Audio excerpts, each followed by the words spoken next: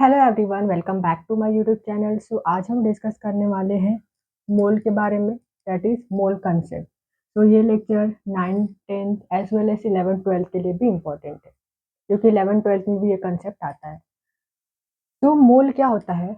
मोल क्या होता है? तो मोल ये एक नंबर होता है जिसकी वैल्यू होती है 6.022 इंटू 10⁻23, जिसे हम एवोगैड्रो नंबर भी बोलते हैं। तो यहाँ पर देखिए, 1 mole of a substance is equal to the 6.022 into 10⁻23 unit, also called Avogadro number. Avogadro number बोलते हैं, ये जो नंबर है ना, इसे हम क्या बोलते हैं? एवोगैड्रो नंबर बोलते हैं। एवोगैड्रो नंबर को इस तरीके से इस सिंबल से रिप्रेजेंट करते हैं, दैट इज एन ऑफ ए। तो हमें ये पता चला जो मोल होता है 1 मोल, वो किसके इक्वल होता है? 6.022 इंटू 10⁻23। मतलब हम किसी भी चीज की बात करें, अगर वो 1 मोल है, 1 मोल ऑफ एनी सब्सटेंस, तो वो कितना होगा? 1 मोल कितना होगा? इसके बराबर होगा। जैसे फॉर एग्जाम्पल, अगर हम बोलते हैं हम बनाना खरीदने जाते हैं, तो हम क्या बोलते हैं? 1 डजन बनाना दे दो। तो 1 डजन मतलब कितना होगा? 12।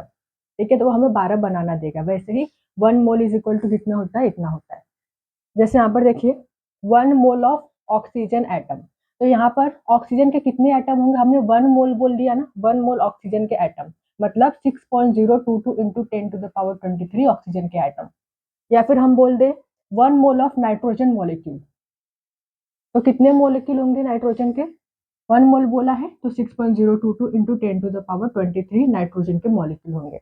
वैसे यहाँ पर हमने एग्जाम्पल बताया था आपको, 1 डजन बनाना है तो कितना होगा? 12 बनाना होगा।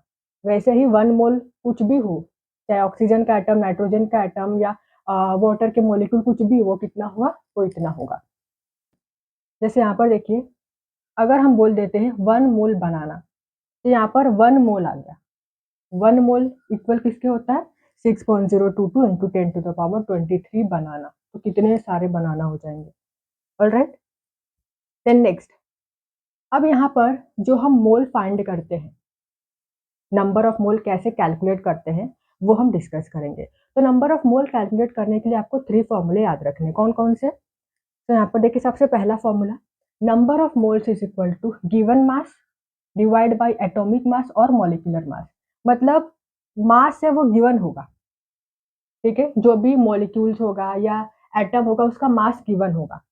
तो गिवन मास डिवाइड बाय, अगर एटम है तो एटम का मास लिखो, अगर मॉलिक्यूल है तो मॉलिक्यूल का मास कैलकुलेट करके यहाँ पर लिखना है।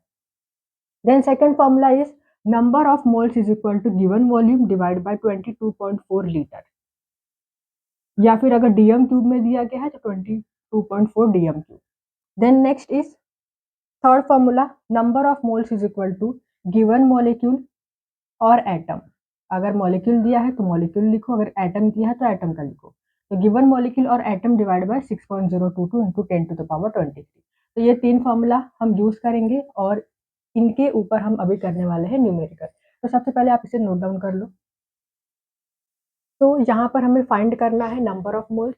तो आपको 3 फॉर्मूले जो हमने दिया था लिखवा के, वो आपको याद रखना है। तो यहाँ पर पहला है, find the number of moles present in 60.4 litre of oxygen gas at standard temperature and pressure. तो यहाँ पर देखिए, दिया गया है लीटर में, दिया गया 60.4। तो number of moles that is n is equal to given volume, यहाँ पर वॉल्यूम दिया गया है ना, सो गिवन वॉल्यूम कितना है? 60.4 लीटर डिवाइड बाय क्या आ जाएगा यहाँ पर? 22.4 लीटर। तो number of moles is equal to 2.7 mole. Then see here, find the number of moles present in 63.2 gram of chlorine. तो यहाँ पर 63.2 ग्राम ऑफ क्लोरीन मॉलिक्यूल में कितना नंबर ऑफ मोल्स प्रेजेंट है? तो number of moles is equal to, अभी यहाँ पर कौन सा फॉर्मूला लगाएंगे हम? तो यहाँ पर मास दिया गया है, ये जो क्लोरीन है इसका मास दिया गया है। तो given mass that is 63.2 divide by given mass अपन क्या आ जाएगा? ये जो मॉलिक्यूल है इसका जो मास होगा, जो मॉलिक्यूलर मास होगा वो लिखना है यहाँ पर। यहाँ पर आ गया 70। तो n इज इक्वल टू 0.903 मोल।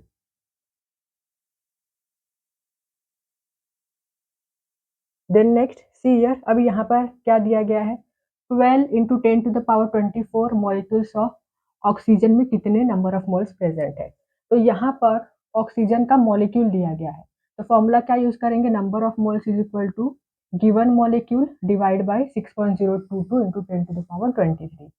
तो 12 इंटू 10⁻24 डिवाइड बाय 6.022 इंटू 10⁻23।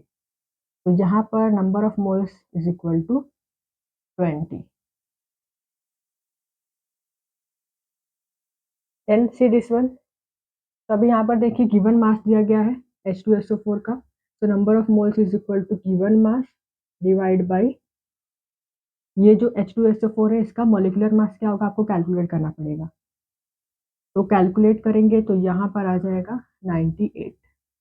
तो number of mole is equal to 0.5। तो इस तरीके से आप नंबर ऑफ मोल्स कैलकुलेट कर सकते हो। सो आई होप कि आपको ये टॉपिक समझ में आया हो। वीडियो अच्छी लगी तो वीडियो को लाइक कीजिए, शेयर कीजिए और हमारे चैनल को सब्सक्राइब जरूर करिए। Thank you so much for watching this video.